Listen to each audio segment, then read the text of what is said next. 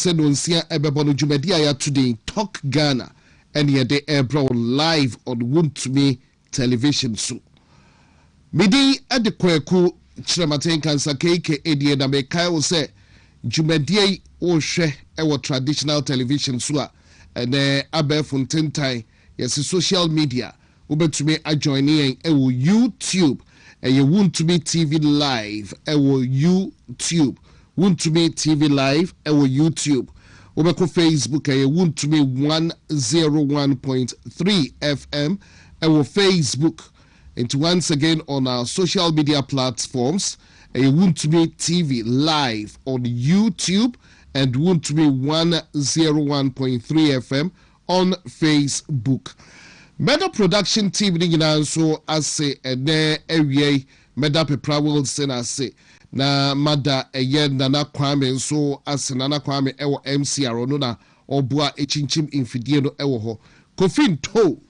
to so ene ewie Meda na papa. Very good afternoon to you Nana AJ Francis AJ baby I will be answer. A very good afternoon to you this beautiful afternoon. Way a midweek edition of a Jumedia ya today in Talk Ghana Sadia Makachira wono na and then so and some ewo. He said you would say party are your friend NPP. Political party are your friend NPP no. Yes, I read party no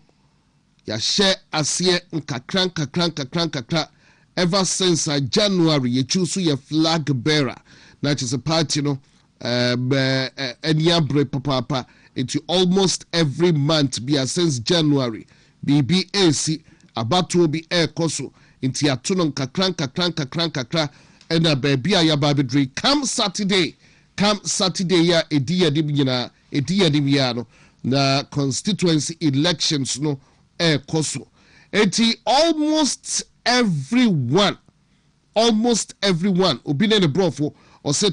every Tom, Dick, and Harry. I understand that when I was away, you were sleeping with every Tom, Dick, and Harry. I say, oh no, I only slept with Harry. No, him say, oh, they can't. But every Tom, Dick, and Harry,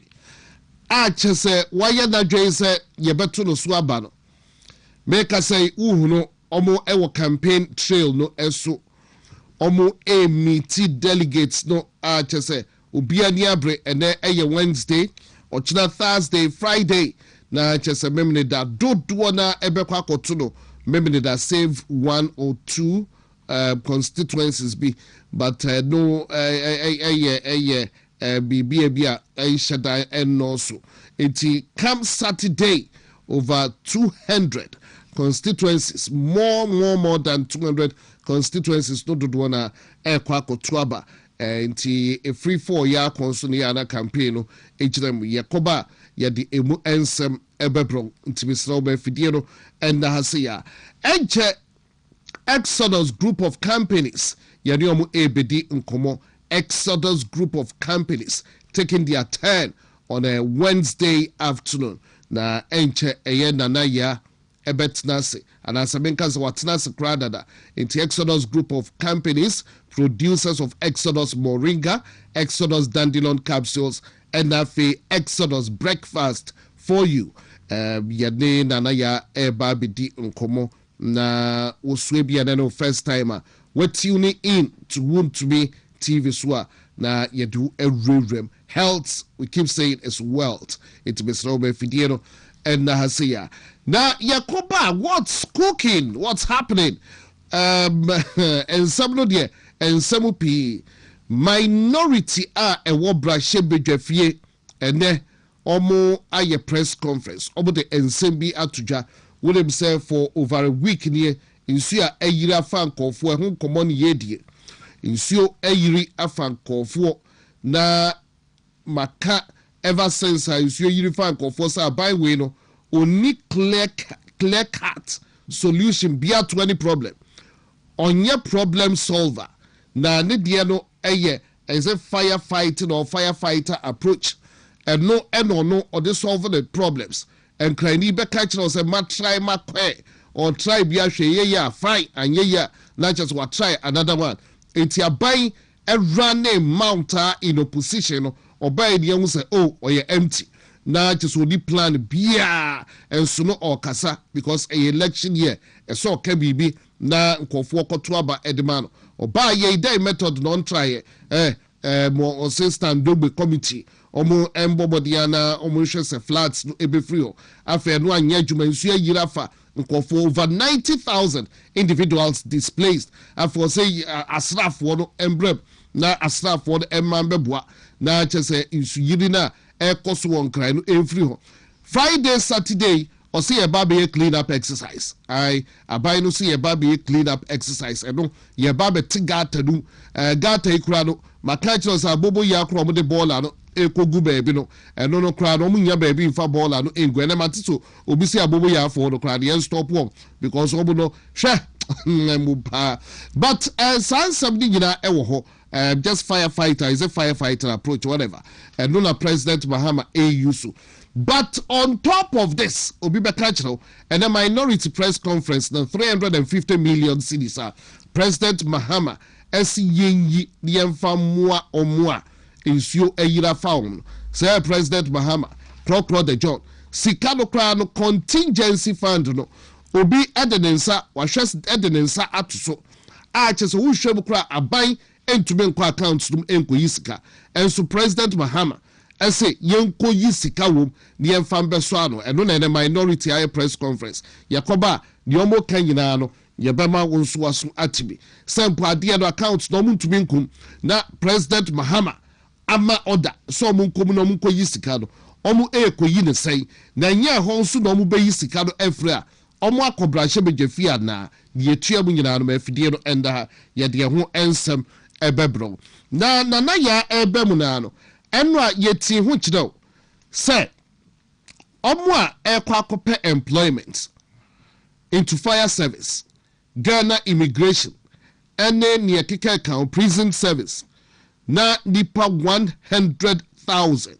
ena mbebunu omusi omo kwakope adwuma ye no enwa ye ka kidao say emu 1,300 ye say omo attested positive for HIV 1,300 attested positive for HIV. Na wo hwe ade no so eye mabuno na enra ye bobo so ewa ha ene Ghana AIDS Commission enso ani abrepa say empo sadipa 1,300 no say omo tested positive for HIV nti ena aban no ese omom adwuma enya na sa na aban no eka so omo qualify so omo be adwuma Nemum omo tested positive for HIV. No munya ejuma nya de ade omo camera. Ewie make say ya hyehyehye omo aye press conference. Sa ban no nsam no ka no de ntwasumu. And omo so de no camera. Omo kotu omo section 32 bi at 93 is it 6 at 938 2016 there said there be omo mremu no would to mean discriminated just because obia tested positive for HIV. Omo post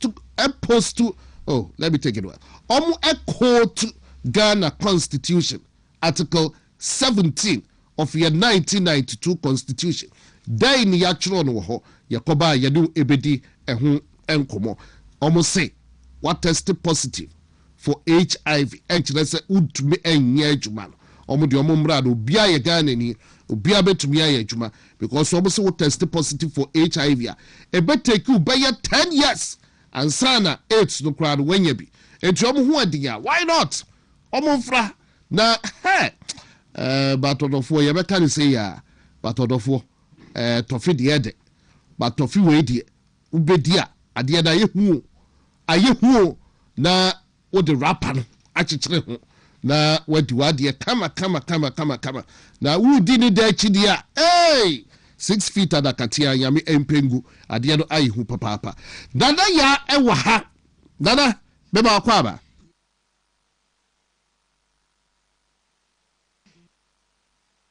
oh yami adom menso me hu eye pa sam na wo kana yeso dada ya sem ni modu dodo dada ya ade na hu na ya ayehu na wo hwe category no so amebunu no ai say ye pre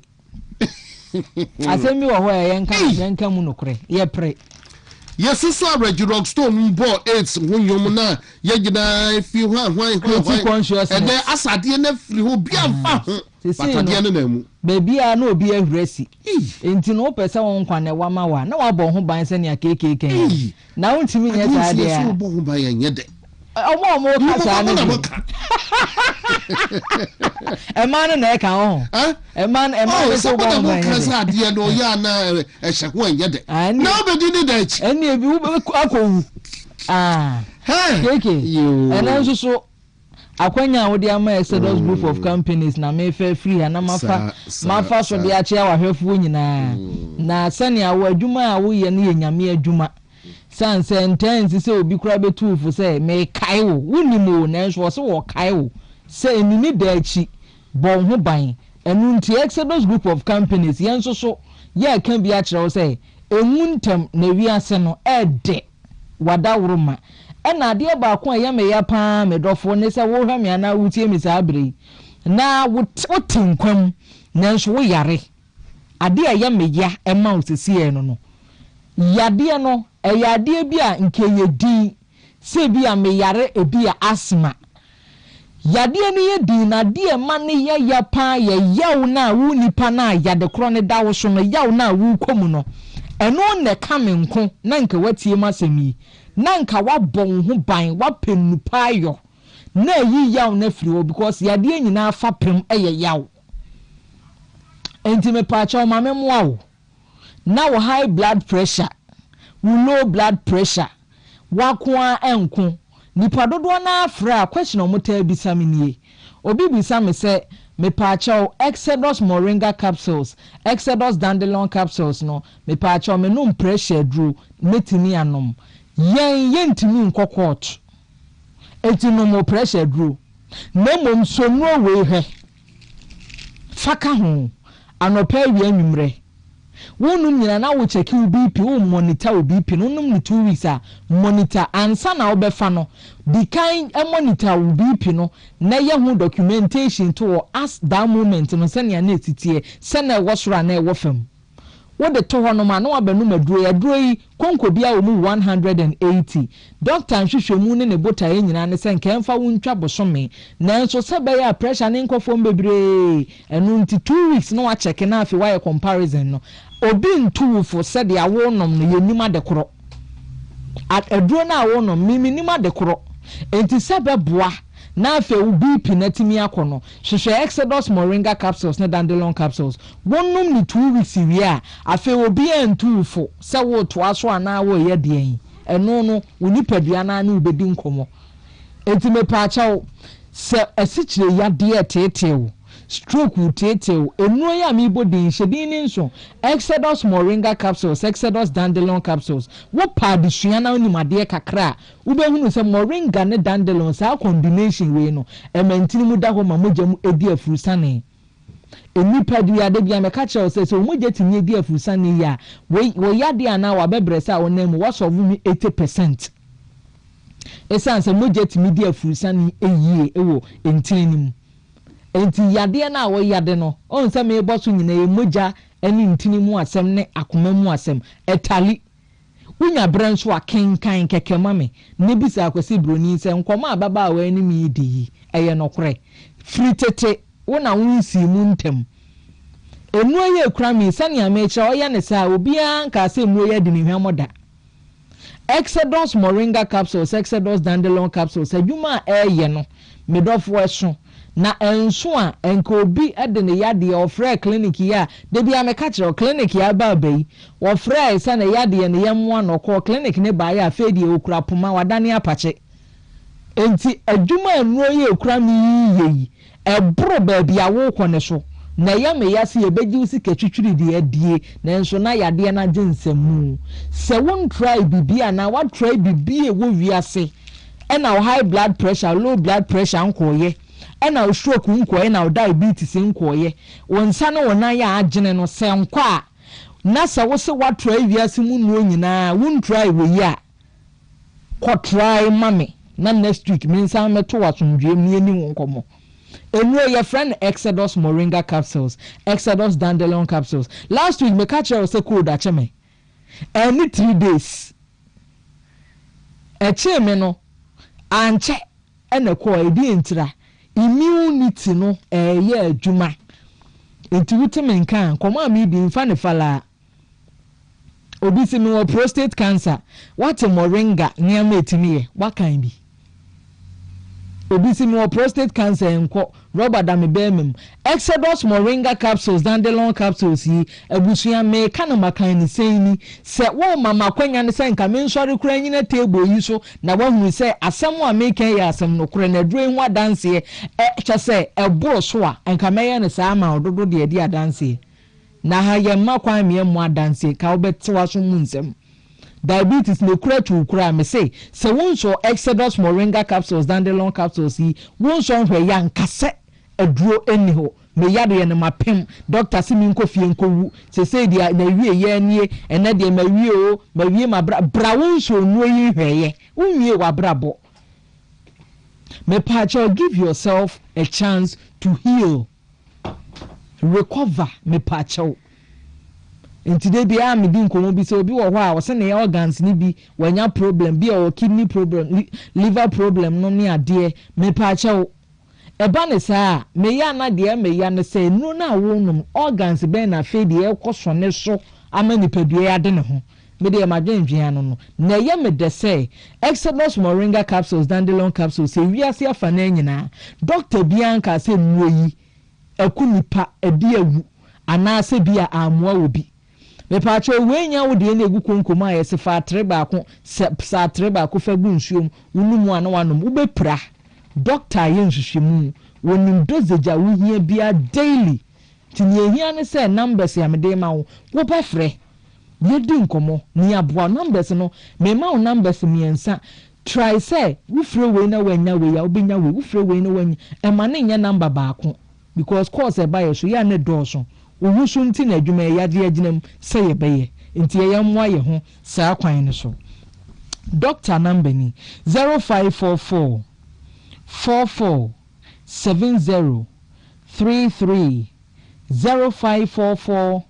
447033 ana say 0548 03 3996 0548 03 3996 the chatwo 0548 17 6909 0548 17 6909 pebi na duro no eye pa me pa cha waduane ekura mi ena me de ne small boy na abekiraw Exodus for you breakfast and me do fu say nati o aduane me de me friend ne small but mighty san say aduane ekura mi eye aboa nipa bebre na me de me say companies ya wo Ghana dɔɔso paa ne abrochire nyina dɔɔso nanso company adwene wo ho paa so de ade papa badwa so Exodus group of companies the anti America say ni company ben wo de wiase wutie mi company ben ne wo wiase a obekɔ akɔpɛ brown rice me no mienu nim ho asɛm ɛho ɔden papa enso ne aduane ne bo anya din brown rice or the moringa or the dandelion or the ginger wakeka bom dia brew wasi aduane medi wakagina mu de biara da nipaduane wo be sori akombede wo no kana no pane di awie anwumre wutimi di nanso so yemu bebre ye de breakfast na nipa konti a odwene won ho de aduane baaye eye won mo suffer from kidney ni liver problems sabran maka kire wo say organs na yemre ede na ekoso ne so na aduru na kwaye enti mesrew ma waduane nya waduru aduane ni say na tie twa ya kan se koko ya kan se tombra wo kanum a eno ano no se wo case ni severe uni akwanya especially obi wo diabetes especially obi nso odwonso ntam de bia me ka kire wo say me ma me ni problem eno no aduane na solve ye aduane we na solve sa problem no e ma me owo me enti me pacho wo diabetes wo pressure wo liver problem kidney problem ni nom ni ade aduane ka memfa hwentum na mom onni underlying condition wo nyare na wo hwa wo hu ye dia wo ka wutimi de milk kakra sugar kakra wutimi chi kosuanom ne ade eye breakfast ye ka ne se kuku wo yade a woni sa akwanya no akora wanya abosomi nsia ekọ no nso so otimi dibi fa sugar kakra nefa protein a ope fa ka ho nefa ma no na hwe magic aduane no eye your friend Exodus for you breakfast jinambe ine doctor ni nkomo na menche ba bia ubenya ni nyina bi 0544 44 7033 0544 44 7033 and I say 0548 03 3996 0548 03 3996 and I say 0548 176909 0548 176909 me pacho wo kumase a atonso high school junction ya boy ensesen wura high school junction dwani mu a bisa ba bia ya obi ton pabo na so ye mpabo no wo de odu ho anka hwe ka se Exodus obi abekire o Bible mu Exodus Freddy Mens ewo KO Mr. Eba wo mrum Kolena kwa Ashtown am say ba wa Bripo junction pure leaf we bu akwa ni police station ne dia nimhwe green leaf waterfall formal stop amazing ewo otafo Methodist ase ho green light was kwa kronom life ko say wa herba o mampon skin herba ewo adwoso ye deco paradise ase ho a innocent o ba bia ni rock pillar ewo KO tinatet ewo sofo line breakum newborn herba life ko ewo ba bia to banders pan no kronom kohonom na abenya bi awrade adom herba ye ne Festus hotel ene dia nimhwe ewo pokuase ene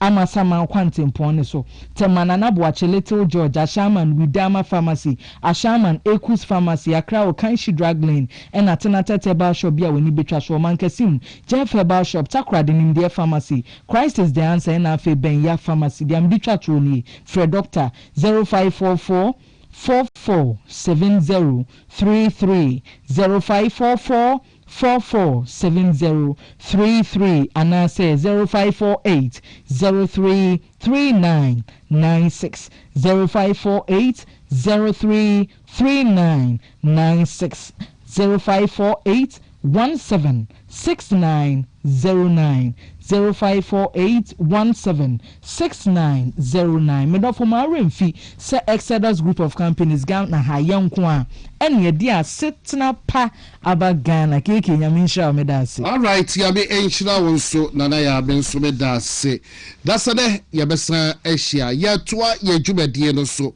na because say talk Ghana so e be live on WONTUMI TV so na ene dwumade no makachiro says he say no yame eya adoma da memne da na chese constituency level elections no and airbus within the camp of the NPP into yame eya adoma memne da chese dodo na kwakotuaba delegates ni wona yebeto omsuaba na NPP baby a yedru enono baby a yedru pa enono let me acknowledge or say good afternoon once again to Chairman Bernard Enchibuesiako, Chairman WONTUMI,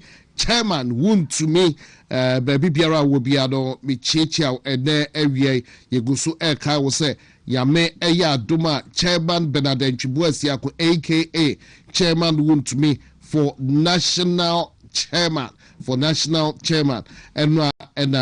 Justin Frimpong Kodia Krata Eba Bonte says he say no dear September 19th and national executives non so yebeto almost aba inti Krata aba out to that effect omo ekosin kunya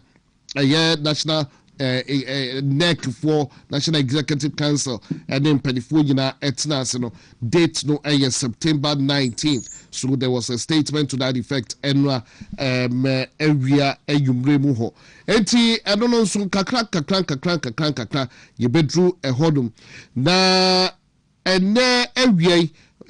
towards the weekend no yebedi ehun enkomo they say no the I read iti enche yebedi ehun enkomo ma efidie no and ahase ya efidie no na hase ya na ansa na mekona na kwame nchen yi videos ni bi ede akira no medin nana ya ebem no na meka eye HIV AIDS ho ensem na enra ena Muntaka Mubarak ono eye interior minister enra okwo before the parliamentary assurance committee on the same na tudwa nsem bi odi tudwa na enra yeti ho ekro but just in case one tibia enra aside nsem ni bi Muntaka ekafa 8 no ho na obekire Ghana for my yete say NDC mpanifuo bi ena Australia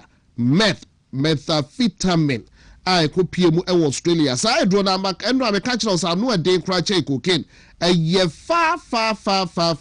addictive kra che cocaine methamphetamine na ye kan sa do che sa no odin 10 times e di che cocaine ni dua pani pa eno no na ye di hihye bidie mu ekopie Australia endra eye Muntaka Mubarak e ma ye te ase se NDC for mpanifuo di bi ena ebuaye omo hwehwem omo tumu se NDC for mpanifuo di bi ena ebuaye na ama meth no media mentality a meth no methamphetamine akopie eye Australia na omo dwene ade no ho a omo enti ase sisei no kra na omo adwene no eye omo kesene because sisei amanfo ayo so smart say ambulance mu kra no sisei omo tumi di cocaine esie ambulance mu omo di cocaine esie eye bullion van mu omo de no we ebedu eye barrier oh we there go na chese de manko a enti ade no de omo gusu ye investigations top government officials bia chese otumu so wa sha omo kan bi no omo ntumi mfa nsem do ntu jasisi a ni nyina mfa ntu jasisi a but omo gusu a eye hwehwemu na do na Muntaka Mubarak ebeka kire se deeper 100,000 embebu na kwa kopa adwuma ye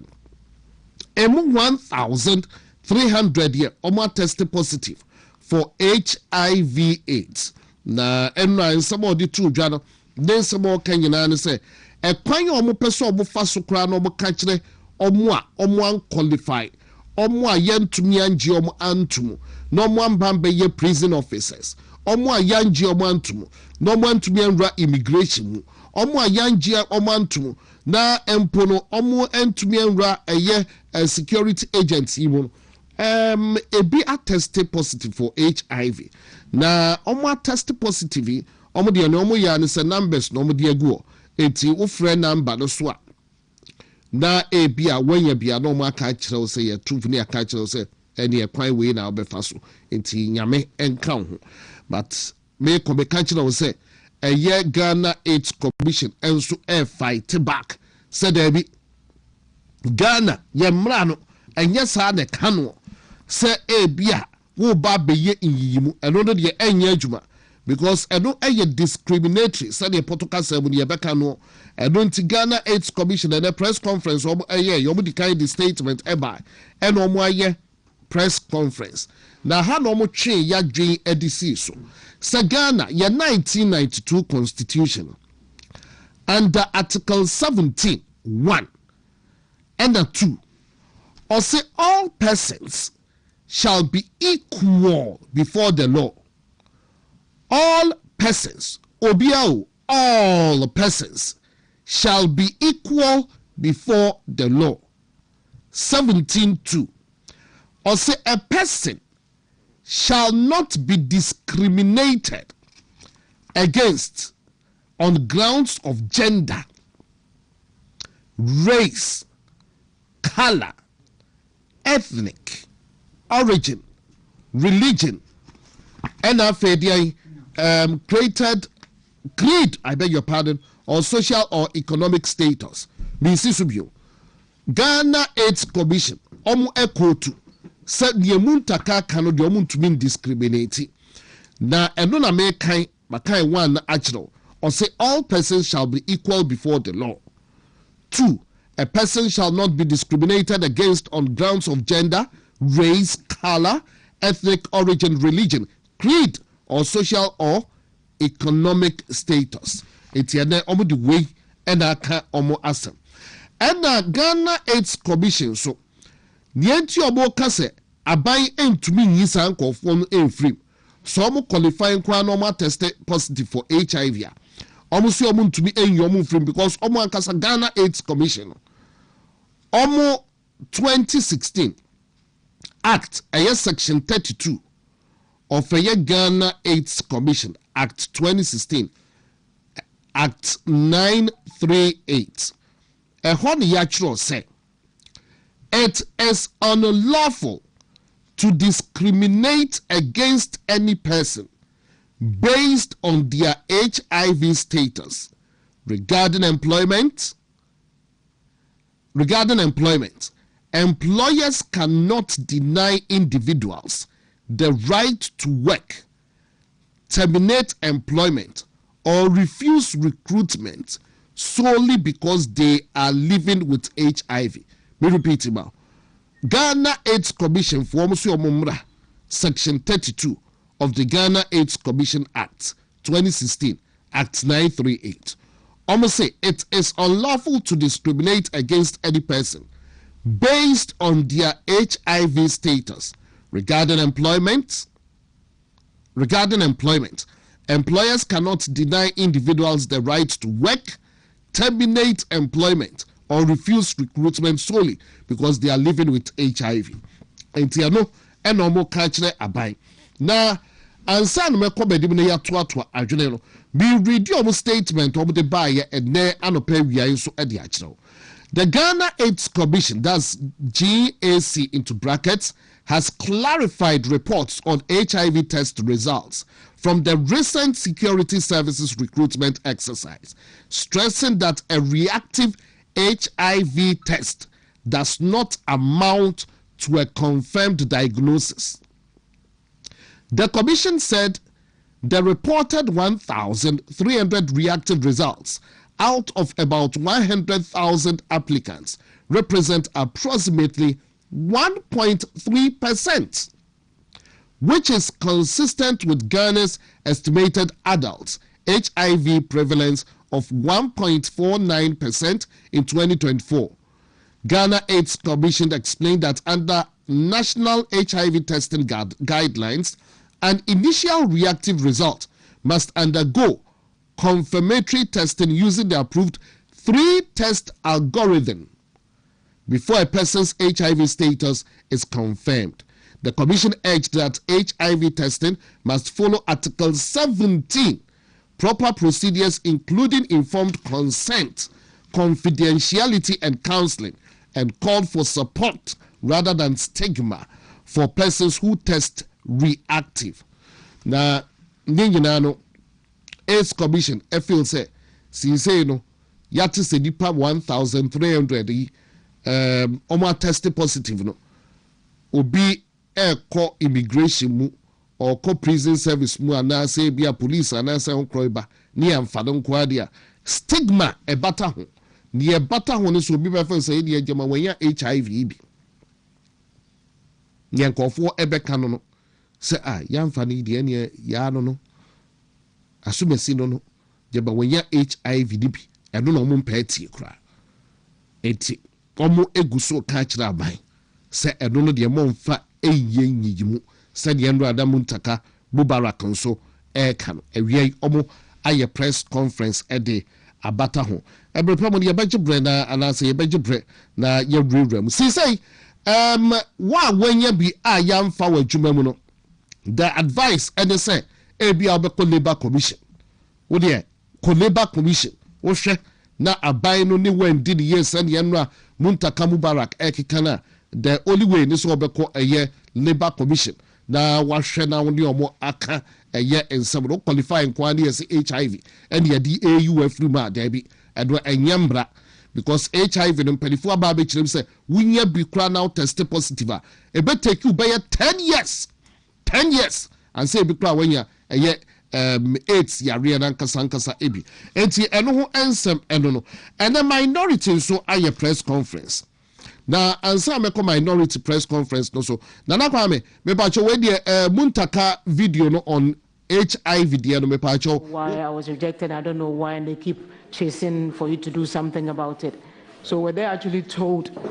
that because of this reason you are not going through and then you better go and change your life or something? Thank you. Well, we in fact, I remember it's here when we were discussing the argument. Let's send them the results. And then I remember, I mean, the recent recruitment, we had, I think, about 1,300 or so that were on HIV. And then they said, can you imagine sending somebody a resource, they're telling the person that you have HIV? I mean, that's not the procedure. The person has to go through some orientation. So one of the things that we did was simply to say that when you get disqualified, you are given a contact to reach out if you are interested in knowing the details. Then when you call, then they assist you to let you know. Because interestingly, some of the things that we realize are treatable. So people need to know and then also get treatment so that subsequent recruitment they could join. So you need to know, it's of interest for every person that got disqualified to be interested in knowing what was the cause, so that at least you'll be able to, those that you can treat, I mean hepatitis B, if you have cardiac issues, maybe you've had some major surgery, drug, mental, and all that. A lot of it, some of them I believe you would help, you'll be able to get out of it, especially those who had mental issues. People may not even know that they are having mental issues, but these are things that are easily treatable. So we encourage everybody to try and reach out. Don't just say because you've been discovered, you are no longer interested.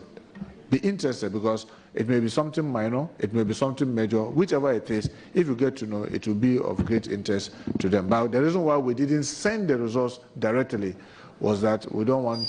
the shock. Even based on the WHO guideline, there are certain ailments, you just don't throw it on the person's face that, oh, you have hepatitis B, you have HIV, you have that. So that was why we didn't send the results directly. I don't know why I was rejected. I don't know why, and they keep chasing for you to do something about it. So is elimination by rough tactics, but yababa omo krabo so omo fa 5,000 dada bo bakwa ebia kwako ya ace wo say ne yiyom from 10 yan club, but it's commission so de omo etwene tan yababa ho na ene area so baka cho say minority no press conference ensua eyirifa yeduanom ye papanom ye maamenom ne ye manom ewo enkran no aban eto da no mutuo se wa order yenyi 350 million cedis in free contingency fund no no na President Mahama na odim ne minority aye ho press conference ya na se na onim and a minority in parliament Esen Kebeya Attorney General on resigning. Dr. Dominic Ayine minority no sen Kebeya on resigning. On fan jumanto na sise no die baby or die juma no endam no odam rough road. Eye bibi President Mahama Emma order said 350 million cedis order finance minister only sikado every contingency fund. And they and a minority say contingency fund no adie kra no ganishe court ganishe and sensem ewo ho enti say Attorney General wabu na ni aguso na sika no mo de omo nsa kwakoka Bank of Ghana ekoyi sika na asekire pa de say because court ensem aba ho your friend ganishe ho sensem bi aba ho na cheso omo di omo nsa kwa akobom no omo di kobom sasai omo di kan sa ade no free contingency fund mo yesi na wopem omo a omo so ayi ade no omo koyi wo baabi foforo abai sika foforo mo e na omo kwa akoyi sika no ade afri na no na minority say na mo kwa akoyi afri baabi foforo a ade asa no so asa mo ba branche bedwafie bepem na mo ba branche bedwafie ensuo yi fa ankofo etwam na wotwe mo ba branche bedwafie be ka hwe nkyere enti sika 350 million no pa ye pese ye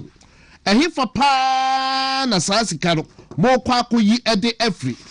eno ho enkomo ena minority no omudi ye edi acheso obo eye ho press conference na we di ahwefo ekire no me bobodin say betumi akwa ahoma no so na ye ne owura Jerry Ahmed atwetwe eho enkomo but daba asampa na minority no edit to dwa ene yenko na yenko ti omonsem kakra e wo potoka sebo mama part consider third article 88. The Attorney General is the principal legal advisor to the government and is responsible for the conduct of all civil proceedings against the state. His letter of 1st July 2026 is a written admission of failure on both fronts. As the officer responsible for civil proceedings against the state, he presided over litigation in which a constitutional fund of the Republic was attached, and there's no indication that the attachment was resisted or that any application was made to discharge it. As principal legal advisor, when the moment came to counsel lawfully, should he fail to do the honorable thing, we call on the President, who swore an oath to preserve, protect, and defend this Constitution, to relieve him of office without delay.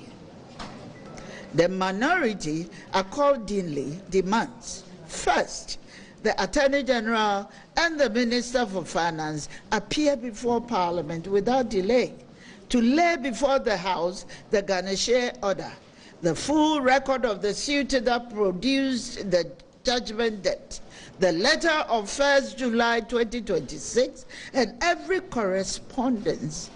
exchanged among the Attorney General, the Ministry of Finance, the Controller and Accountant General, and the Bank of Ghana concerning the attachment, the directives, and the withdrawal. Second,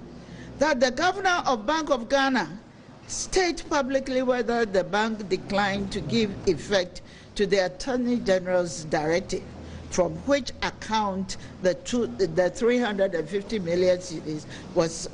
in fact released, and on whose instruction. Third, the Auditor General immediately conduct a special audit of the flood response disbursement from source to destination and report to Parliament. Fourth, the Attorney General resign or be removed from office. The minority further serves notice. Should candid answers not be forthcoming, we shall pursue every parliamentary and legal avenue available to us, including motion for a full-scale parliamentary inquiry and recourse to the Supreme Court for the enforcement of the Constitution under Article 2 and 130.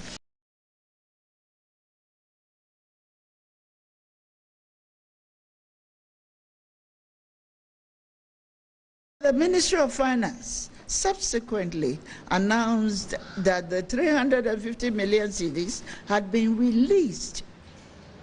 while the court process remained unresolved. The unavoidable question, therefore, is how did the money move? One conclusion is difficult to escape. If the contingency fund remained under attachment and could not lawfully be assessed, then the emergency disbursement could only have proceeded through another public account. In other words, when the approved source became unavailable, an alternative source appears to have been used. If that is what occurred, then Parliament was never asked to approve the alternative source, and the constitutional requirements governing withdrawals from public funds were bypassed.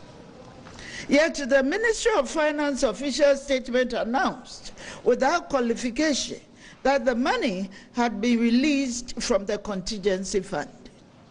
If the funds were in fact drawn from another account, then that statement did not accurately reflect what transpired.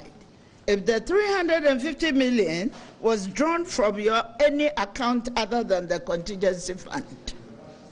then the approval Parliament granted was never executed. The withdrawal that was executed was never approved. and the Constitution and the Public Financial Management Act 2016, Act 921, which criminalizes unauthorized withdrawals of public funds, have been violated in broad daylight.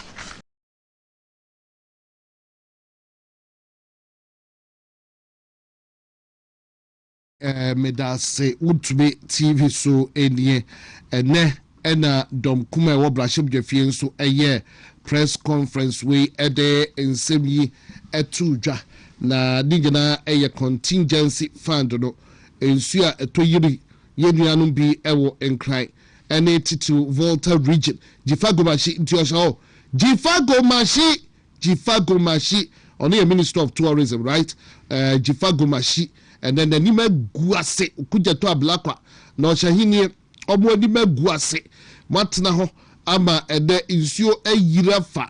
Dotwana, Ewo Volta region, and Dananado, and yes, you the Yirifa Omo, and Oklana for dam, nay a dam who answers him, and then you uniform, Butiabu, Chrome Haduma, hey! Yamia gumanima se de mataidi ni pabaya ni ewo ena efrimu ewo Volta region Jifagomashi embeka ehunse bokuja to ablakwa emmowa enso ye nyina yete omam ha nti ene press conference wo eyeye sika president Mahama amawoda se yeyira yemfamwa omwa insuo eyia form na asel mo niema over 90,000 and enya baby ete anaso omu di beebi omu etnan eno ho sikasem ena dom kuma no enso aye eho press conference se abai ni sika do kra no okwa ye free because 350 million beebi a president Mahama se yin free no ensem me wo ho no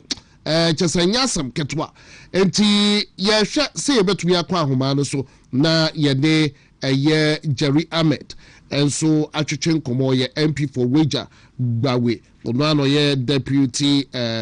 minority ye minority chief whip ye bebomodiana ye ne no atwetwe nkomo ewo afidie so but ene media Kwaku agedi Mbuaten ena owaha na ene Kwaku agedi Mbuaten we dia macheno na oni adaje kra ene macheno babet na wodi say come Saturday abatwa koso no obia aye busy with the campaign ewo grounds including yenua bema oheneba nana esiedu wodim so okọ eye atwuma wabieja south oheneba nana esiedu for second vice chairman inti ujinamu den ewo atwuma wabieja south constituency oye number 3 Kwaku bidase oye number 3 nti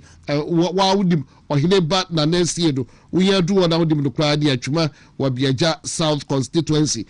for team number 3 and you are good to go enti ojinamu bi na atwuma asama America dia na atwuma mpunia fo so no menua bema Ransford Kwabna Ata anasa Ransford Ata enso ejinamu as constituency secretary nti edru honoma na makai eye Ransford Atanso. But right about now, Kwaku agedi Mbuaten ewa ha. Kwaku Wednesday afternoon, obi be say Wednesday there.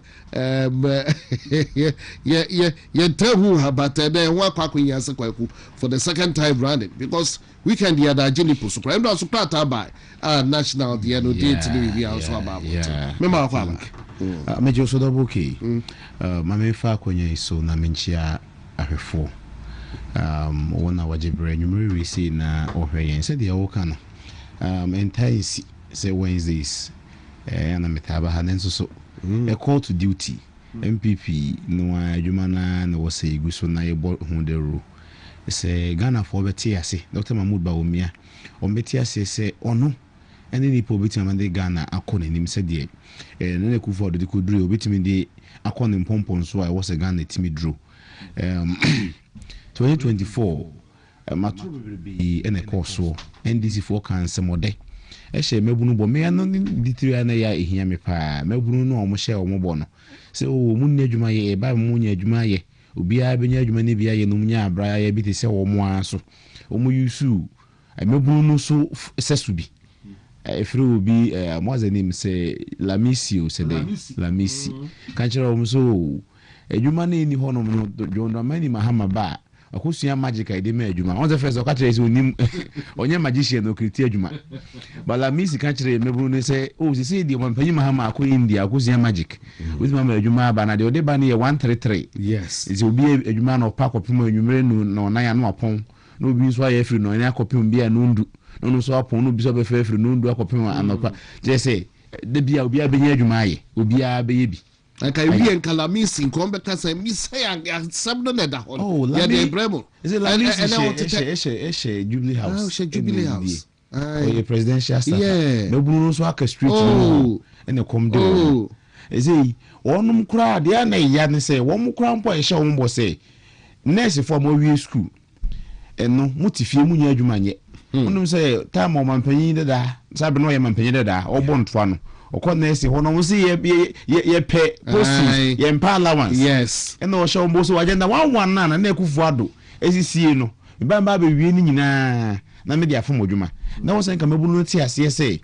ono no korati mi ehunu se be fo modwuma eje se na ekufu ado ni so ade hunu no hunu ye say o si hospitals bebrebe na ma bo ama yare hwa akọ na nimu ne nam so asa ma adwuma aba no eno no no so do show bo na de ono hye ase na so so dae no no ndimi ma meye e ma mfa odwuma obi onu ni mu hwe ne ba beye mebunu na ehu saa no mkoto ba de ma John Dramani Mahama enne ayare hwe no a na ye bo adawuru ohun se Miss Bell esu yes otini si o se odini ni akọ kolebu ese empani ho miwa no so no na ekufu ado ashayare sabia maako wo ha eni du baako agenda 111 hospitals regional hospitals eka ho bi esi wi a Nkansah mpani ho no etu obetwa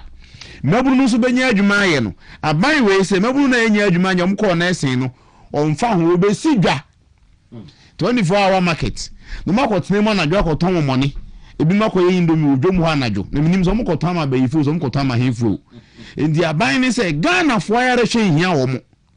sabi mabunu no mako na esen tweni akogigi ntete no omo no so benya adwuma ye ni hia no na emom obesi 24-hour market say abrebi a eni dwa yento ntomo mo ne ko bi babunu bi abewie na esen training no skills na akosua ne ho hia 24 hours on ne koje shed ne ko ton ko bi endi omo na ya na misu omo na Dr. Bomi ase men kan kire omo se ni da so achia ne na saa babunu ya wo kan omo ni adwuma and now betina obi ti baby say oye youth and a regional minister you guy you or a youth and no dey waba for the youth owi anu waboabo mu anu obi Nkansah football dey no yen part of entertainment hwe de jiwani wakoye na adwuma wi a wo ni adwuma na omo promise wo ye no na dodo na ba bed bodom pem say yen hwe boss wa ye bibi and no ne core mandate out the buy that is ye kodiasa ye say why not as the regional minister say sa 133 na mo promise ye adwuma mo kan se mo de bebaye ai na ye ni adwuma ye no wo ye dey die eno ani agudie de ye wo bewie na de komo koda na buki ade bia anywhere asene ni din ade bia anywhere asene ni din enti de o kan ye o mabunu ne mrante de mofra bi no mu a se bi o madwe so internet tete ho no ye nananom akro bia san say why na mpa ni je a part of life entertainment but then de ono onwe na adwuma onyanye ho na won hold aba na accountable so mpa adwuma ma nenye eno omo no saaso esesu bi na akro bia santibu ba bi say de owo oba ono wa mre se de otete no de owo no de owo na to nsaro de otete na epeni yi de otete no wo peni yi enti wo na obre yen bi before any epe mabunu yi enti yen ne wo se ye boa ye bre wo mo na epe edi wo musie enti de ono de o say ya penti evre say interchange na eno na ye ne fe na mu de o si ye no de wonya hwe na se ehia no ono no yen ne wo se esuma o mo ne try ase be kan se mato mutumi etwom adwe bi zuzei ma wo daachi ehia ensen yasa ene de interchange ase be akran say bi hu sasa weekend yes event bi so koso interchange ase be say hey they say the interchange ase omo hunu siu omo nsuya se very serious baby ade no kwa nsuya se na esisi interchange de omo nim yesi e penti no de omo no definition of development na ne say ye penti interchange but I can jobs the youth need jobs more than ever and they me phone on say Ghana Nkansah no la misi agene de wonje ho era man for doing say say we communicate say meti here ya ombi say you are connected irrespective of say what power and say what any power day in and day out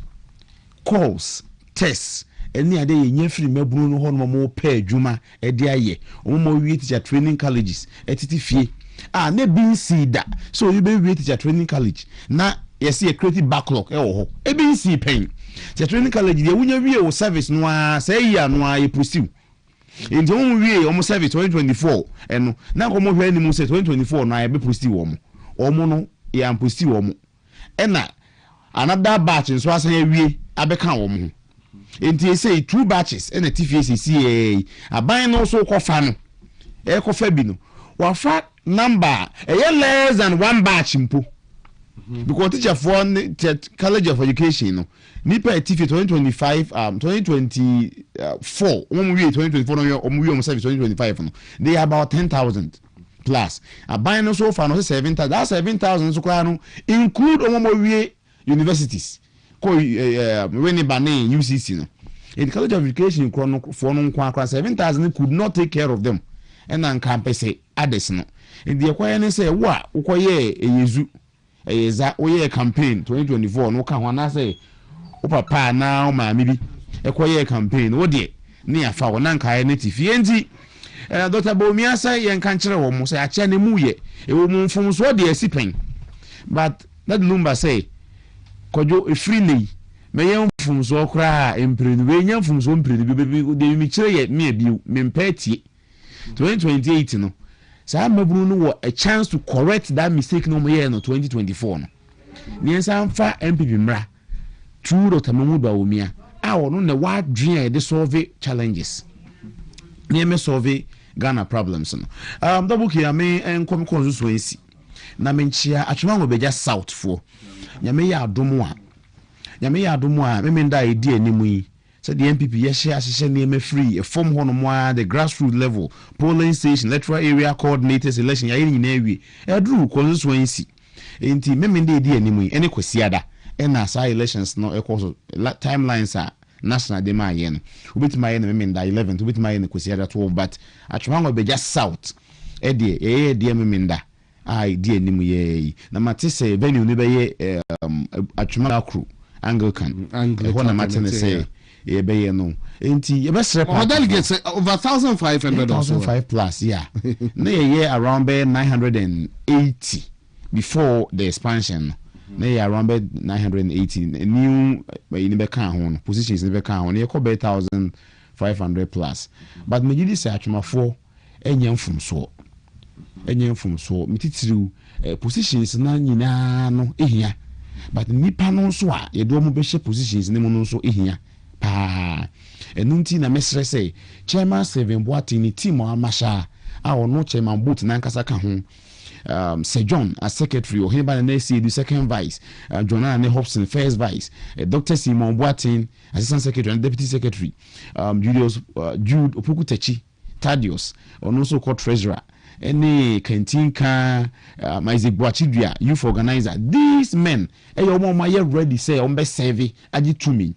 on say come na to me who come and yes come to me Nkansah who come edwon they are hungry for power they want to get power say be a Ghana for mebu no twema for mebu no a omu ne adwuma ye no e bi power no motimi nya ba bi esie say they make say chairmanship o called national level no a general secretary a full time job on say no dey but do back on so ensi no pa the full time job on the chairman enti en fa chairman no obi a obo akotena nkran no see weekend e na obeba weekend no so kwa na obakumase e kwa akoye lecture o call lecture e wo memenda jise kwasiada so do kwa sorry ti memenda no kwasiada ye ko ayefo na ye ko yie na ya build the relationship with constituents no na se duru abato so watima kone ni o ka che say to ba me party no say ni pa kro no upenu a wo hu no enti eto am obi a wo adaje people are ono Nkansah or den ho what time for the job eno ne chairman saving boatin for atwa ngo beja sa o de besre na ewe so hini ba na ese do make connections hiya me because eto ba wi a ye be cha appointment no ubre na uji too many wi a wo say ye chance a wo so nya bie tisi wo nya bie ma ko nso ensi ho no no a e ba na se mabunu no nya obi a okopre too many mo adodo ni bi edi abre wo mu na anu yi a NDC fo ba yi Ashanti region ha NDC fo mebunu mu di NDC echi bebre su but constituency bi mu me person me body omo no so de omo no so didi pa because omo ni power aban ni mu bi baby o no nwanam ho ne wo ye fa nwuma na ho aba asemi kura ye ho ne firi ho ne wo sa police ni ade ye ka ho asemi sa constituency ne ho na omo de omo nipa wo bi enti ko ho no mu ada constituencies ni tip e bob na no omo de anya bi enti me tsira twa beja for say ye hwe omo ai de omo di anim as executives say after power ne ya pretumi ye na ba no e betimi afa sa ankrofo na sa do makọ say say ni pipe pretumi tumi na ba mo hwe omo so ho na omo tumi ni bi eno ni Dr. Chairman Seven Boating, the team no, our Heniba Kahun, Sejon Kahun, Dr. Simon Kahun be, any equalizer, champion equalizer, organizer papa. The best say any moon, na memenda. Young Twaba Massa. Say national executives no so at the end also. Yeah, I'm September. But before national, they beko regional. Yeah. Beko regional. I mean, beko national street. I mean, regional. Can I mention me and Nkansah Mini penny, lawyer Kingsley Bruce Uchirichi. Okay, the team as deputy secretary, deputy regional secretary. Lawyer. Best as a party, they do one. Yen Sheno. Nafi, so chairmanship, they say, the IMs are funny. Oheneba. Sorry, chairman, Kwaku. Now, me call national so dear. Say, Nene, will be a say, Yameba. Kwame Jubusi. Yes. Chairman WONTUMI. Yes. Chairman WONTUMI. Be or no. Once the zeal for the party, and I'm a penno. Bro for ceremony could semno, but will be a party no sebi. The carry smell, party no. I just say, I find a dream now, or that party no. Chairman or no MPP, or that MPP, or sorry MPP. Also, this one no to one man adwin na ene to kwanto what za but chairman dey no baby obi na adwin na ene MPP oh na sorry ni bibia MPP ndi say ni pass na say the party no e hye won za no muti be ye ma to me no e ba yen afa atwampo no anso de o say o ni me e si akan o ho pa atwampo na me candidate nso pro secretary na bi kwa na do mfe Emmanuel and I was atwuma ayo and catch us atasa phobia me mean that me the best candidate me that me dey Emmanuel Kwabnado but ashafo we internal affairs and ye di ho enkomo ewa ha because party ni gu so a ye hyehyɛ president na say Dr. Mahmoud Bawumia as flag bearer ne aka aboafo ni nyina no say yenya aboafo a omobɛbɔ adwuma kama enya on paper omobɛbɔ adwuma kama na ya wrestle to me no e dey free NDC for no ensem enti enye business as usual memne that true say abana akwa akoto de yi constituency executives no ma wani now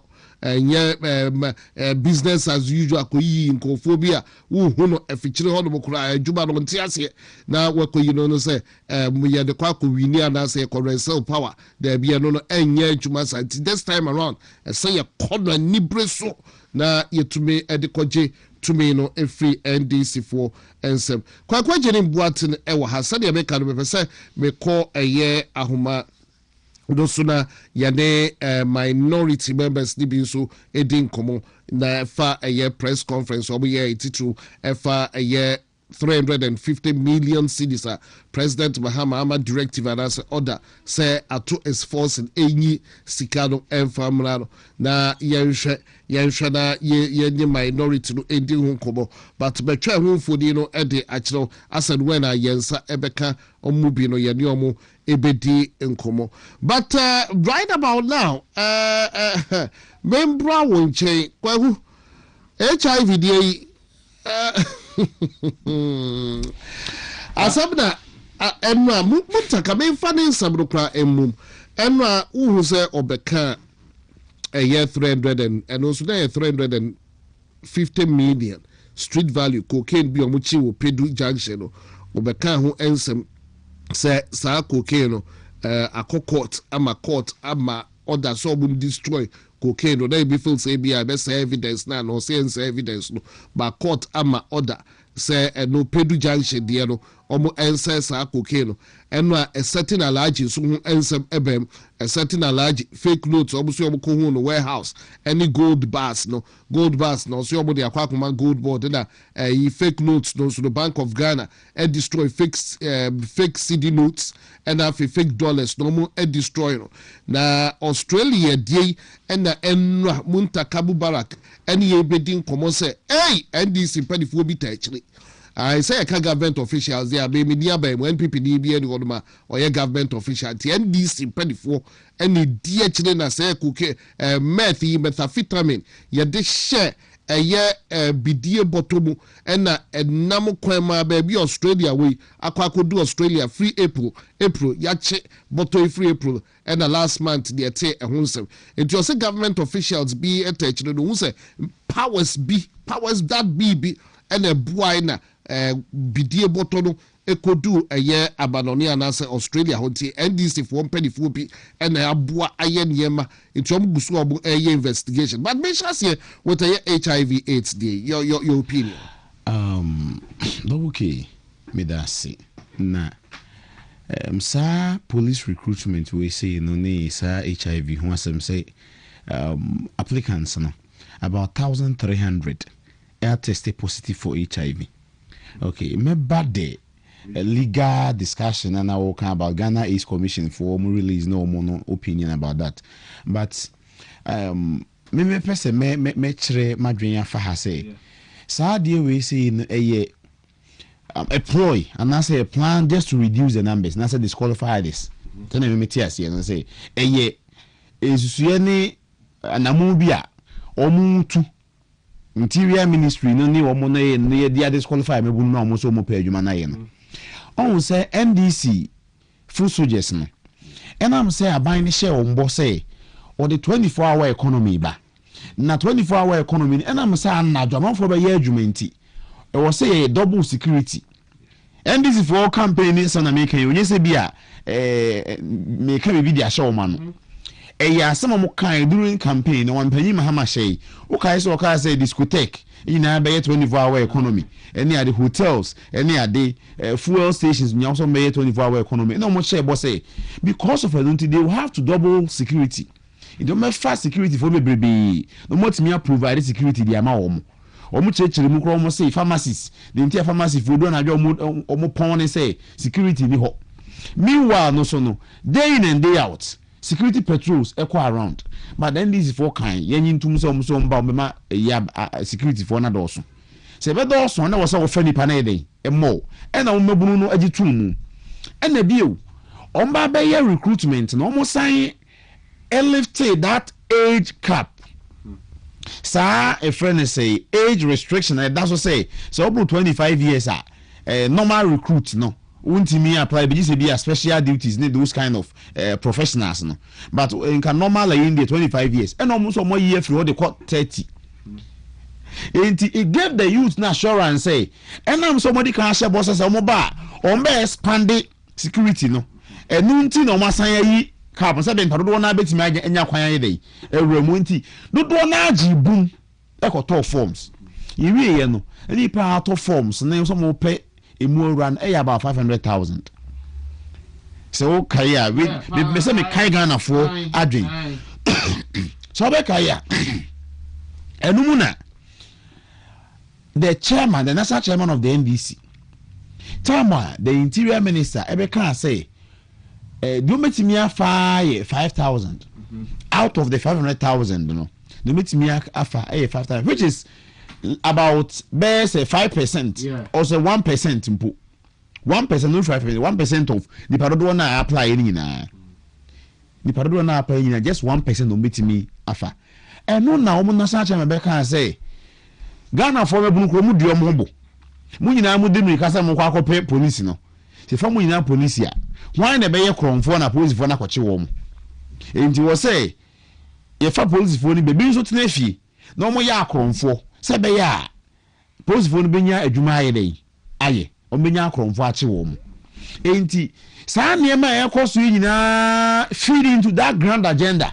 say wo say nipa dodo na kafie no modani akromfo na aka na benya police yakọ no etimi ache wo mu but o ma realize so say dodo na ye womo NDC for na full soldiers. Majority of the members na tall forms no because of the hope party ni the man womo nim so party aba de umenya protocol ewrem ndom to we be enti o realize say what is qualify womo nyina outrighter o be disappointed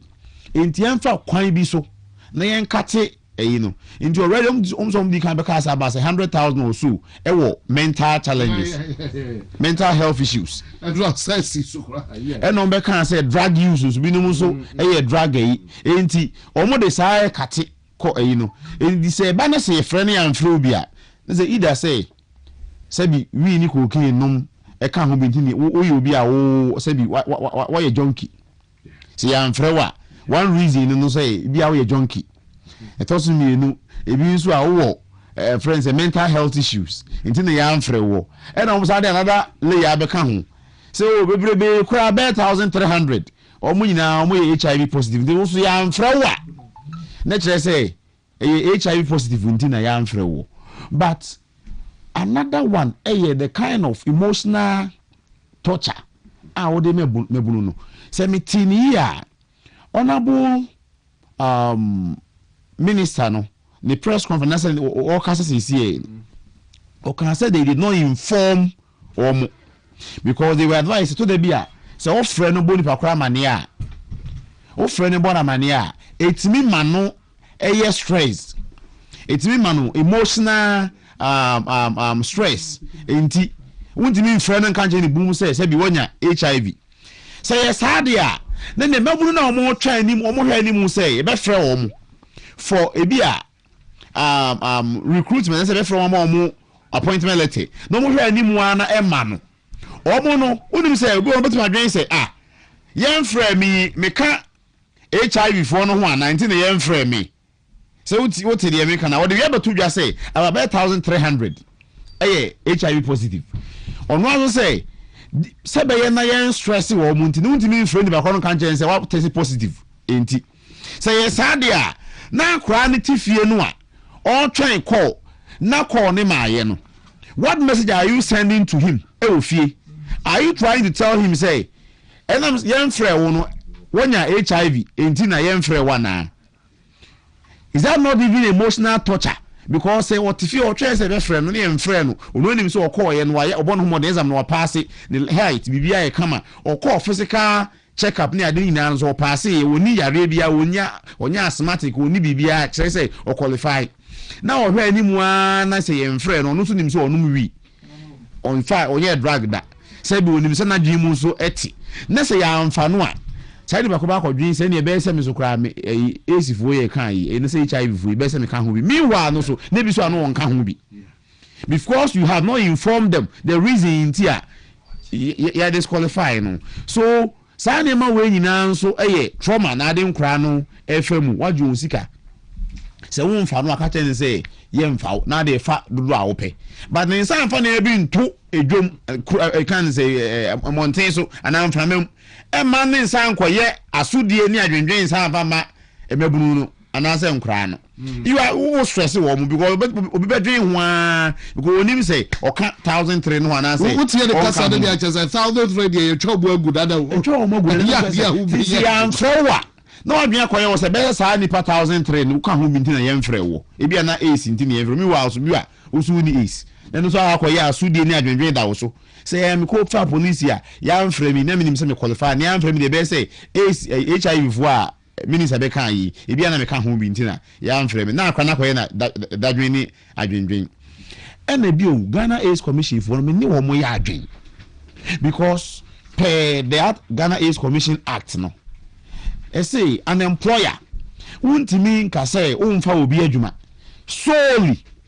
only because say the chrono put HIV positive because HIV enye communicable disease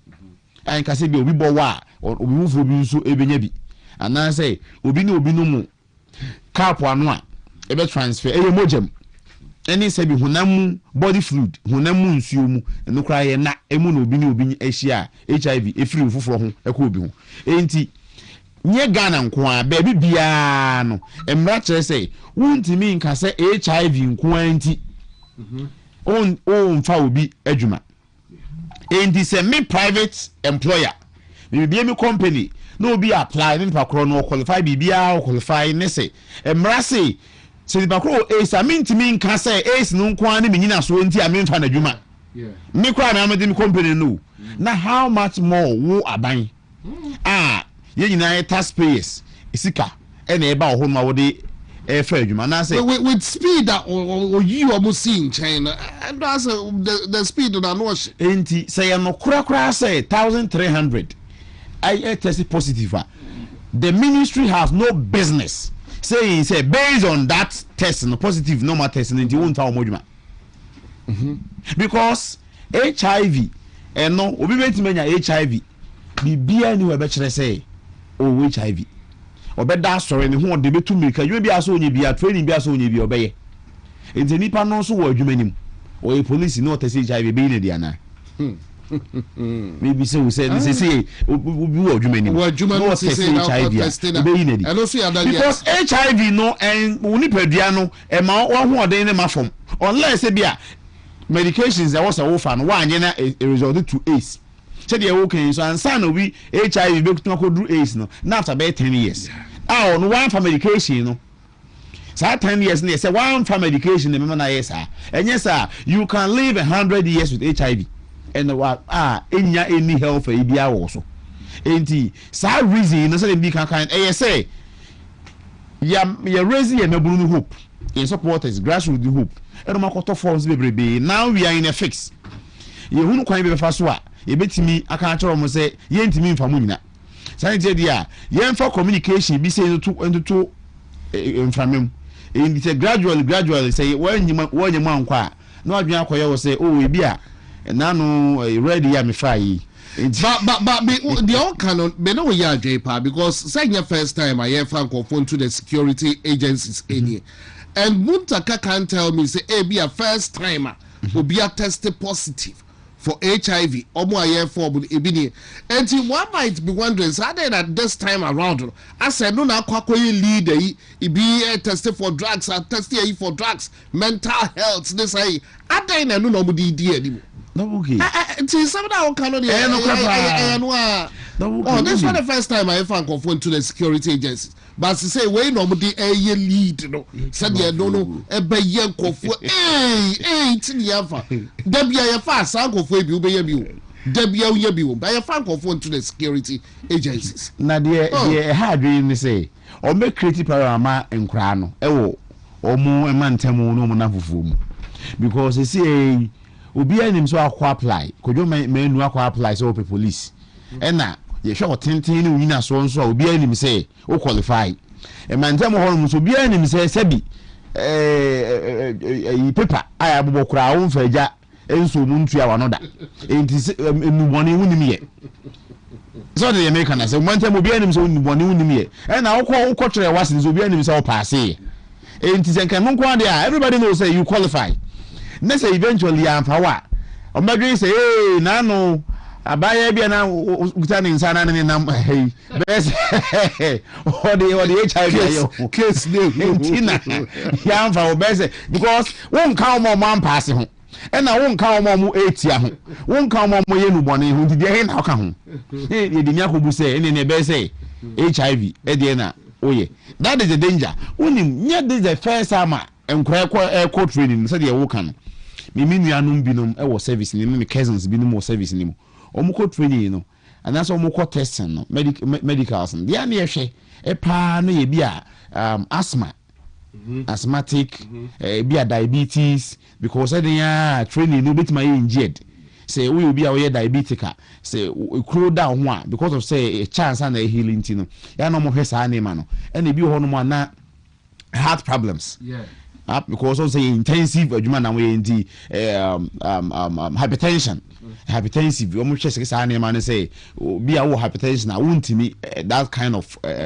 intense training no more be a hepatitis B because no there communicable na you know the transmission no easier any ade once say aka omrebo won so no more share wani and these are the basic ones most often yeah they emphasize on Adia emma wa ho ode ankasa ema from yare bi hono ma wunya emma wa ho ode ankasa so wontimi nye active eno ne ana yehwe. But HIV there, you can still be very active, very strong, and still carry the virus. It mean baby we free. And this is for the elimination by elimination by rough status. Yeah, in fact, we need amount for Mate, Babento adia kakada membra dia nhwe your take on a year cooking several kakada for you move on to a year funds no idea even as I work there full lights. But we and I say you bring men come for a gas to mixture and fabao and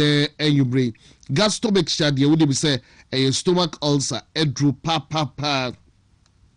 se we yam etwakru we yam eyoya wadro papa wo betumi anom ma agye wo a problem bia de ho FDA fo agye atum eye gasto mixture is woni no free tete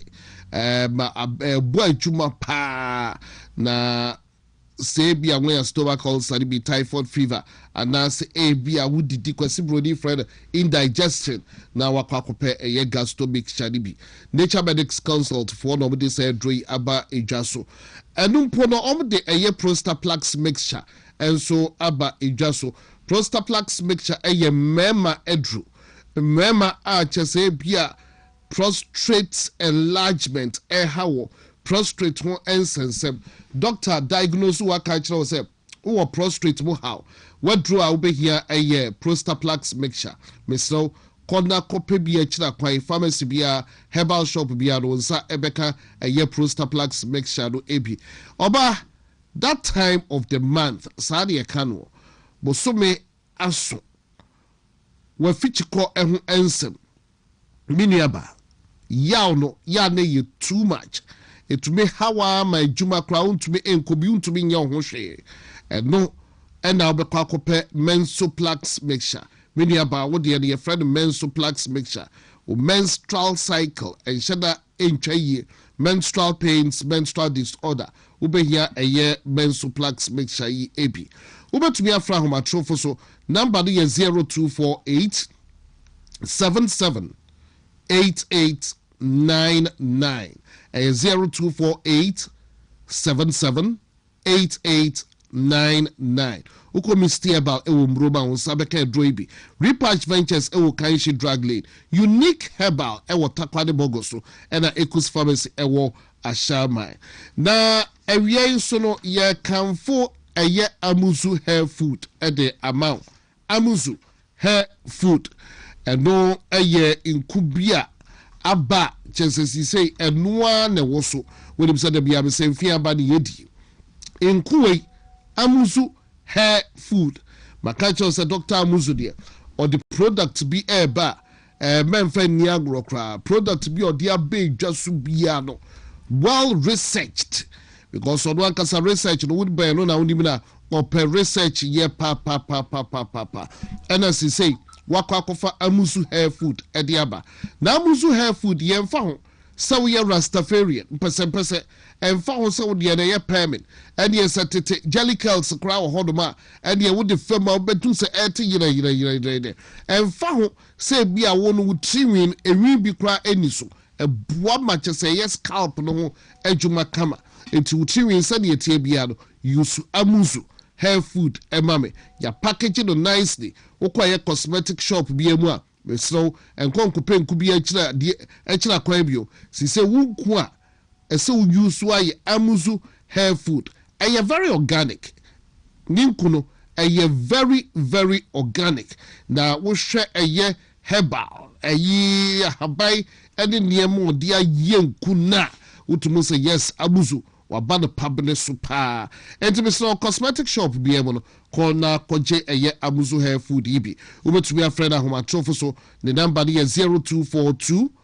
955056 0242 955056 bene Kwaku Kwaku no na Cements Herbal Clinic dear would have said namu yareboni biano oba bema ebia wo pa wo untumi enwo anaso ba wo fichiko ho ensem bema wo prostrate wo nsensem ebia yareɛ bi ɛna aba wo kidney num yareɛ bi aba liver num ɛyɛ esikyire yareɛ yɛ mogya brosoɔ yareɛ wo herbal clinic ɛyɛ Cements Herbal Clinic wokɔpie hɔ nom a na wobɛhu sɛ mfidie mfidie pɛɛ ni ɛnyɛ asɛm ketewa koraa ɛneɛ lab test scan ɛne neɛ keka ka wo biaa no wokɔpie hɔ nom a neɛ Cements Herbal Clinic ɛyɛ ne nyinaa ɛbi saa nso ɛna ɔyɛ massage wopɛ sɛ ɔyɛ massage a wobɛtumi de w'ani akyerɛ wo physiotherapy chiropractic ɛyɛ therapy ɛna reflexology ne nyinaa no ɛyɛ nneɛma ɔmo ɛyɛ no wɔ Cements Herbal Clinic na sɛ wotum sɛ din a meboboi nneɛma akɛseɛ na ɔyɛ no wɔ hɔ nom paa ɔmo ɛwɔ asɔkɔre mampɔ no ɔmo ne asɔkɔre mampɔ rural bank no ɛna ɛdi nhwɛni mu anɔpa adwoada anɔpa no wɔtwe kɔpem ɛyɛ efiada anwubre na wɔtwe Mondays to Fridays mekyerɛ sɛ ɔmo ɛyɛ adwuma anɔpa na wɔtwe kɔpem sɛ ɔmo bɛpɔn anwubre noonum wobɛtumi de w'ani akyerɛ Cements Herbal Clinic from ahomatrofo so number no yɛ 0240 826 995 0240 826 995 wofrɛ ma ɔmo ɛbɛgye wo so kwagwai yɛnto aso adeɛ ntia no ɛmfiri hɔ your opinion on that na afei menkɔhwɛ ɛyɛ flat yi ne sika yi a over 1 week sɛ ɛbo sɛ ɛmo ɛde nneɛma President Mahama de ebegu kwa but on ɛyɛ drug ɛyɛ abuntaka ɛka no ɛno a dodoɔ na yɛmu bi yɛsɛ FM yɛ sɛ NDC mpanifoɔ bi na ɛtɛkyere na titru Australia deɛ yi ɛdam bidie mu akɔ akɔdoɔ briefly what do you make of yes answer na ɔde to Ghana for when the NDC say NDC for abemua yeah na omu lower standard no edema omu the kind of accountability also demanded from the NDC no omu demanding sa me say this time round there the man no abasa say the NDC etimi ato the media no including the CSOs civil society organizations also that kind of accountability. Steve Mantia, you know, some demand accountability, no. Oh no, they say no. It's a medium figure boy. Steve Mantia, Franklin Kujo, the rented pens. You know, so many now in this WhatsApp platform, so and government WhatsApp platform. Almost. Many now that sui. It's in there. I say, and near me was almost come one seven. Omonka and I say opposition in the kuhunu ni ebe kanso no more pentema kataso enti was so intimidate wa u blow cover no share afia chassis or this year and honorable intim fojo ebe boy amane say plan B aye air ambulance airmed for air ambulance aba besi Ghana yen wiem shegina bia Kotoka International Airport na baby a free ba ye no a ni origin ana country of origin baby a too free ye o man ye free so ba ye ene baby ene nam ya abesi ase no emu owrem if we say airmed no a ambulance a de fire refo endi senka ya refo na ebe fa nka acha kura na bia don hwere aduonu 24 hours e wo senke e free ase ba ba ye no so hwemu antime ame ehunu se be fire ni we anase we ena bia won so ba bia free ba ye no that Grand Canaria Island ho no e ho no it is known for corruption drug trafficking any money laundering any maboni wo wi ase a aman bia e bo ho ban esi ano no sa bia ye ho e ho ne headquarters enti plan bia tu afiri ho ba de na besi na ye hu ade kodepoti e be ye de e be ya nka aban no ehwehwem honorable intim for jo asem o kan nyina ni but Ghana nsentwerefo any Ghana aban me nka say Ghana aban a nsentwerefo bi no bua no ema ye honorable intim for jo say sabi onum na ye criminal on Joy News me kan no mpo ono de that's the edima obi ehun bi news file Joy News women da one program we for news file no the host Samson Ladia yenene 850 honorable intim for jo like a common criminal already text message and then send this for next send the man wa bra na for producer kra say oni baby e free ni nyina no aggressive etia attack on the person of honorable team for your reverend. Eventually but for Kasem protocol I say the chicken has come home to roost. The chicken has come home to roost. Say call chabeti no na na makacho say oh you are there you are oh you are any na international disgrace, international embarrassment. Ghana fair mum say meth drag emubone every Ghana alutomwa kopie Australia BBC and the international media na ebo ho da ru no ebo din say every Ghana obi anim say Ghana hanso ye hibidie sa met na ye kan ho asem no na eye moto ubu anu a sika twitwiri de $1 million bebro ahenu more than $200 million worth of sa every Ghana ha hye ni bidie mu nti ye kire say the cargo no ha ne hye no you go be am say ye hye ye cargo no ye package ni wa ha e free ase ye koye na bi say e ko no na sa na kokko wana na chumberima na omo na chumberima we national security for na omo ye hye bran wonam kurum kura ohu wo mo kane no so bi time na e den so ohu na security ni because omo pay intelligence sabe no mo hefa but nyanwa e orchestrated per the a friend say the reporter free bar from the Ministry of Interior nasema working or say government officials bi na say ban mu fo bi ensa wo mu bi enti nyanwa enye last year na say one of their PCs parliamentary candidates binum ye che ne say cocaine e wono ho e be dey adwa e ma news person nya report here news reporter nya report here sa asem ne kosi say sa asem no buke wote ho asem bi. It died a natural court. Yeah, say in court. Say yeah, they say you mukosi say you be an Roxy the fear McBud the online my update. Egu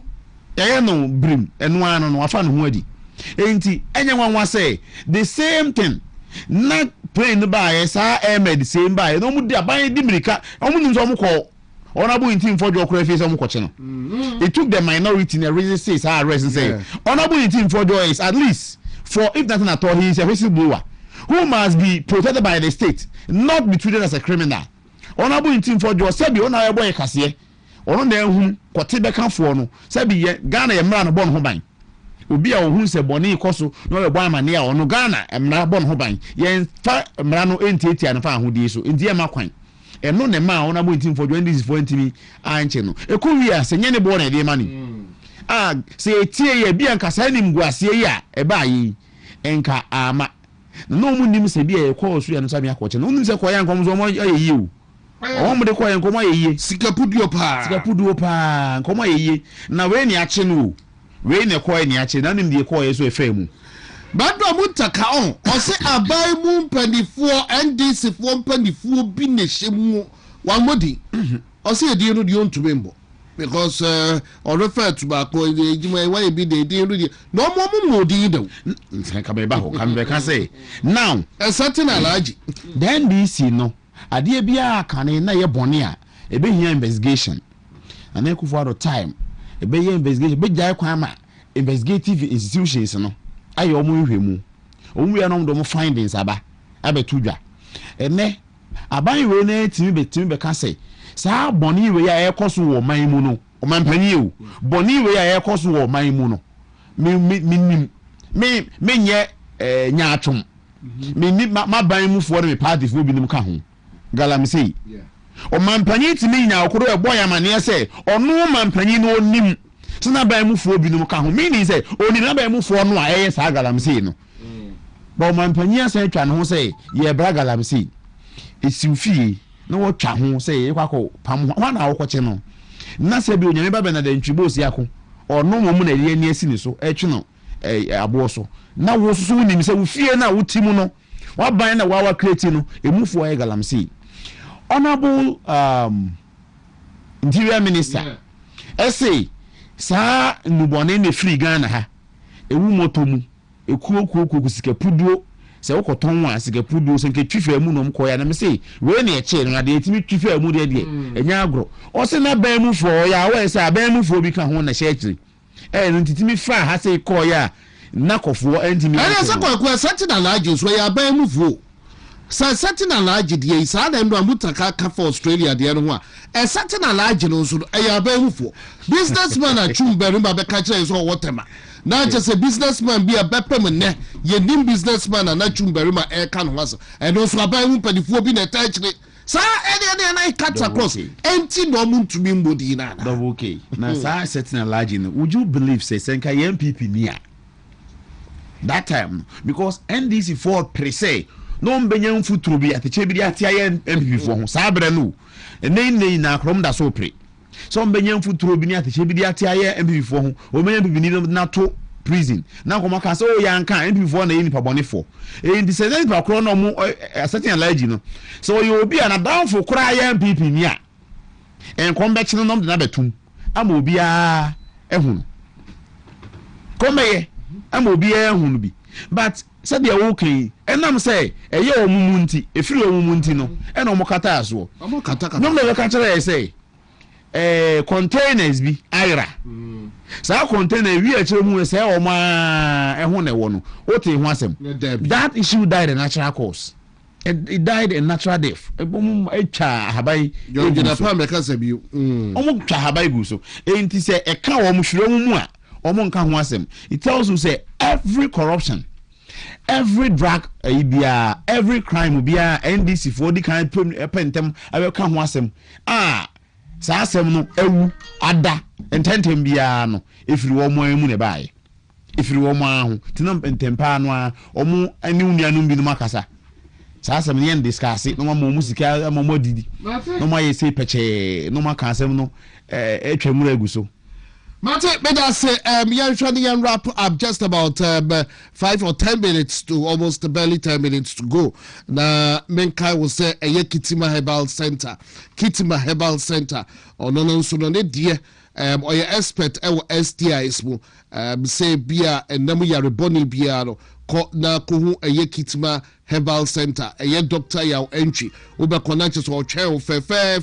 Kitima Herbal Center say bia wo so wote ya pa wo hia Kitima Herbal Center de mo a sanso eda bia wan kasa no wo yoba na sabe predia sa wo ne be ma ehia ma utumu so wote ya pa na moja ne ho kro de ba utumu so wa paint pa ukohu Kitima Herbal Center obebo abasa de ba ni na efri hodum bia himfi hodum nsuo nkitinkitibi egu a kona kohu eye Kitima Herbal Center Dr. Yaw Entry ni Kitima Herbal Center was sapase gaw kwan no so oduma eye nkawe stretch no so na Kitima Herbal Center ewo ukọ eye Kitima Herbal Center customer service de eye A1 ubetumi afrena homa trofo so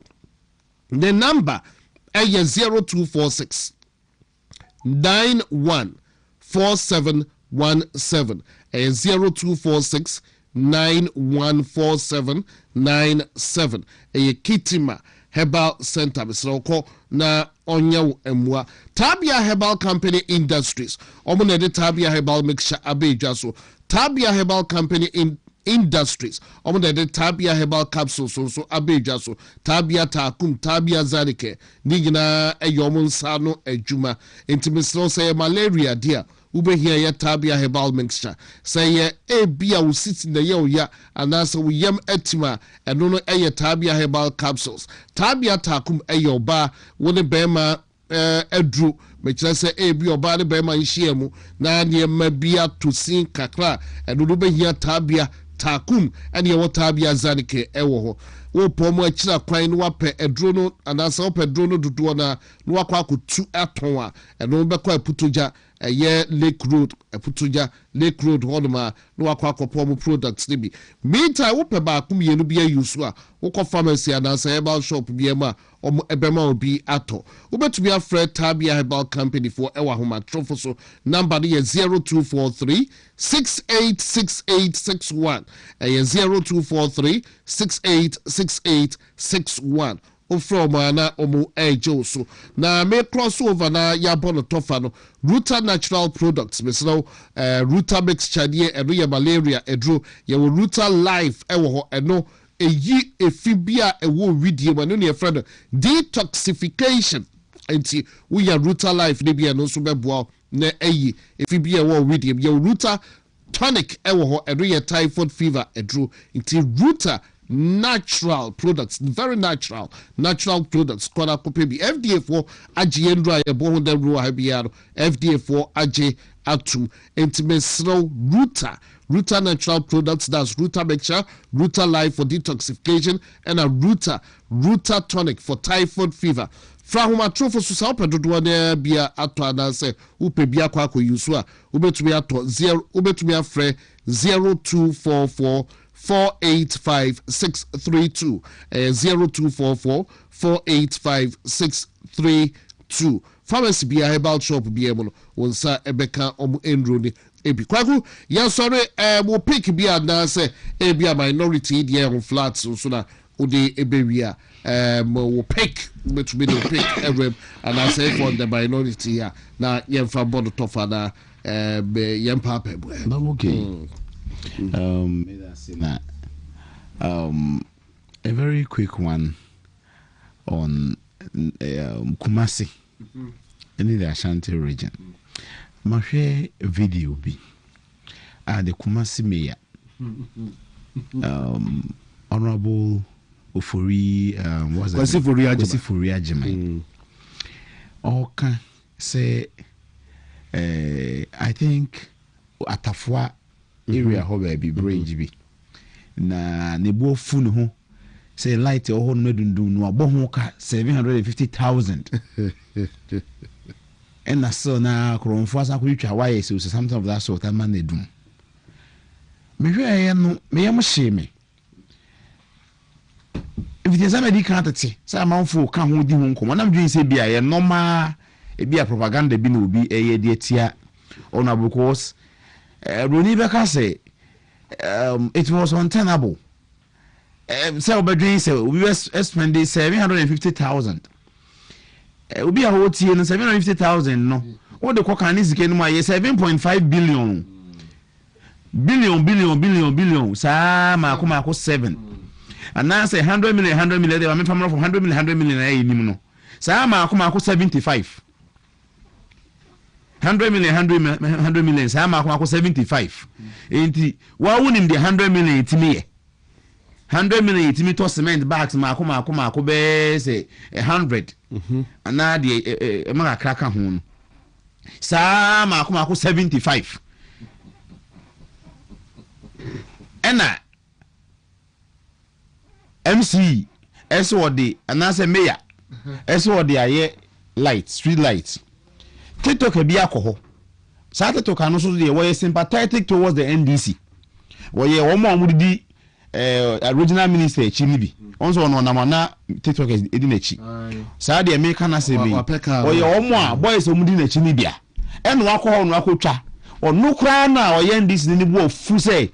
Sa say mo say dey tia say nye because sa light na ho no street lights no. Post ni na ye mako 13. Post no so hwe ho a Dr. Mahmoud Bawumia oni honorable asense boache omo ayibubo ho on sa billboard nketenkete ya na mo tie in hunu bi enti 2024 election billboard mbobo ho meaning say the tie post no na yin na no ye rete no MPP time enti ka abo ho no nyina ye say mpo na light na dundum na akọ kama eso ya ebe ye tima ko du friends 750,000 na kaso bo ho ka 1 billion 100,000 crown boy meji watching street lights mako 13 na ka chimso bo ho ka 100,000 da me ka cho say sebi we kohwini udi akohwi udi atro but honorable MC say sa street lights na ho no obo ho ka 750 Ghana cedis 7.5 billion me fa ne say no na fom ye yem fa ne say no na fom ye enti nka honorable on sam na bontin biu no mechirim because how dey we because street lights no e bi no ne boy 10,000 Ghana Street lights are the who be on the board 1,000 Ghana because they need restrictions. But now 7 to Ashanti region in the lights are bono. Me say, and now nam kurumwa, esum pa chobu, pa, esum chobu. Now to me say what day 750,000 missing on the phone ye. On for me, honorable. 750,000. No can say propaganda no more yet. I know Sikabaya.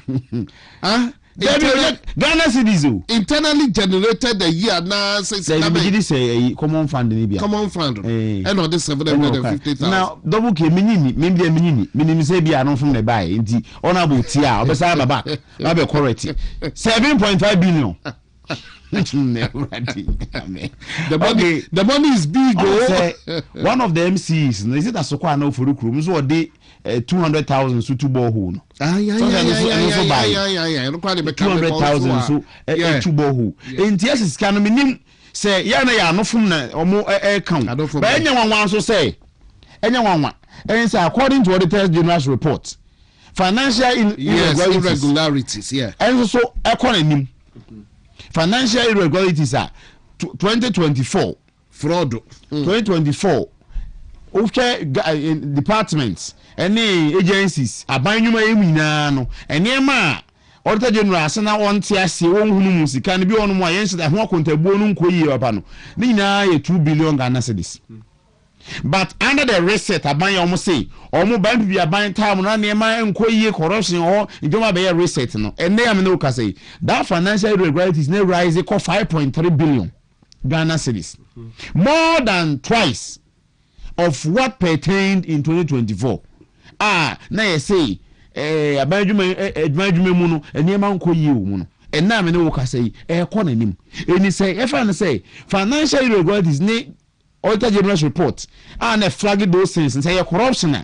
near finance the meaning is corruption adable under the NDC. Exactly. Now corruption is doubled, more than doubled under NDC. Into one dance ye be any street lighting 750,000. So the 1 year auditor general's report ni here. And one dance here be the video MC say or they 750,000 aye lights mako 13 one topo NC ho a light ni kwa propose ni nisi order na ya koma your to chandeliers there you crowd the camera shop you like the cry say yapo ya do besia yapo the body is big yapo ya do ebesia beda kwa jeni buaten meda na se papa na mada wonso a woje bre ehwe adwumadie mada wase ya do esia de akwa kofa no nsia kase e bono china ya me eya aduma ya besa de another exciting edition of the program Talk Ghana abro bidin ed Kwaku Kyeremanteng